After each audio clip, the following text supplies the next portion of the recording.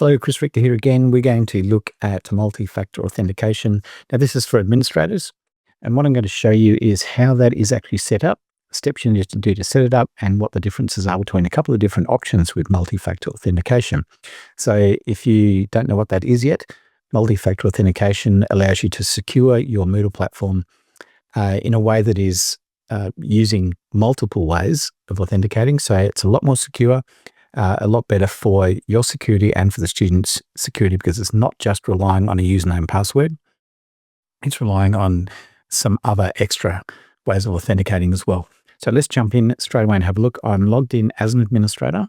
I go into Site Administration, go into Plugins, and in Plugins under Admin Tools. Now I am on version 5.0 here, so this does have these features, so make sure you're on the right version. So it's Moodle 5.0. Multi-Factor Authentication is what we're looking for, or MFA. And you can see here there is a few different options in here for authentication. I'm only going to choose probably two of these options, or maybe a third one.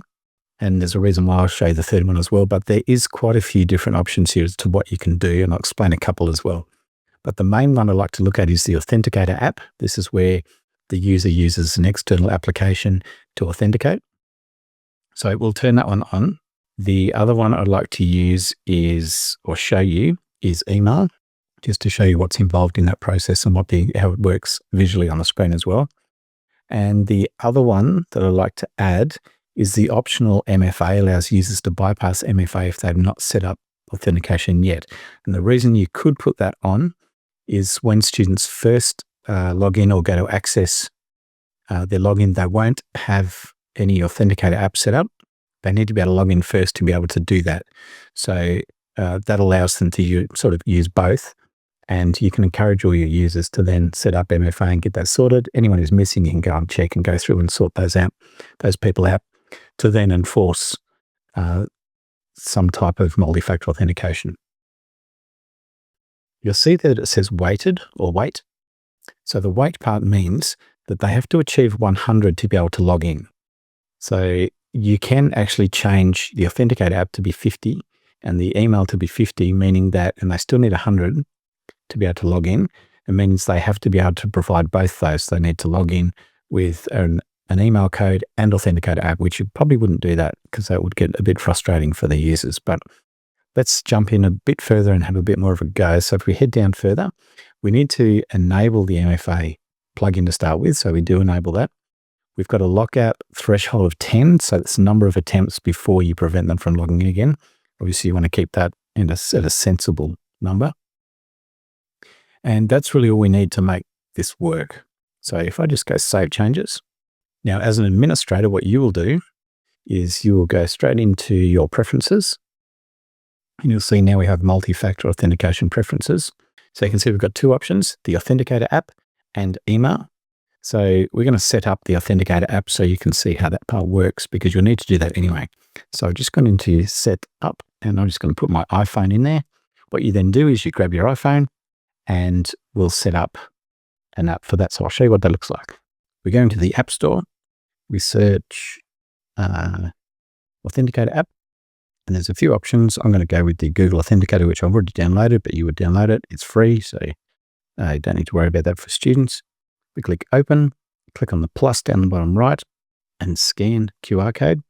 We move the camera up until it scans the QR code, and it will automatically create a new entry in the Authenticator app. And so we're looking at the very bottom one there. And all I need to do is put that number in. So that's 394669 before the red disappears. And you'll see that that's now activated. Just there, it's activated, and we can manage that and go in and remove if we need to. But what we can now do is if we log out, log back in, it will automatically jump up with verification. So we can put that in again, 635513, and now it's logged me straight in, which is perfect. I did mean to mention in that login back here that there's also the verify with an email address. So if I click on that, it will send an email to me. Then I can put that code in and enter that way as well. So that's the second option. So that's all we have to do to set up multi-factor authentication. You can obviously go in and have a look at some of those other options as well. Back in there under plugins, admin tools, multi-factor. And as I said before, there's a few other options in here as well that you can set up. One important one to mention is probably grace period. It allows users to log in without MFA for a specific period, gives them time to then get themselves set up. So when you're first implementing it, that's a really useful way to go about doing that. One other one worth mentioning too is the SMS. If you do use SMS, you do need to go into settings and set up a gateway.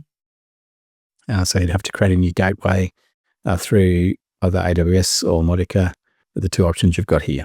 So that's another process you could go through if you wanted to enable the SMS part as well.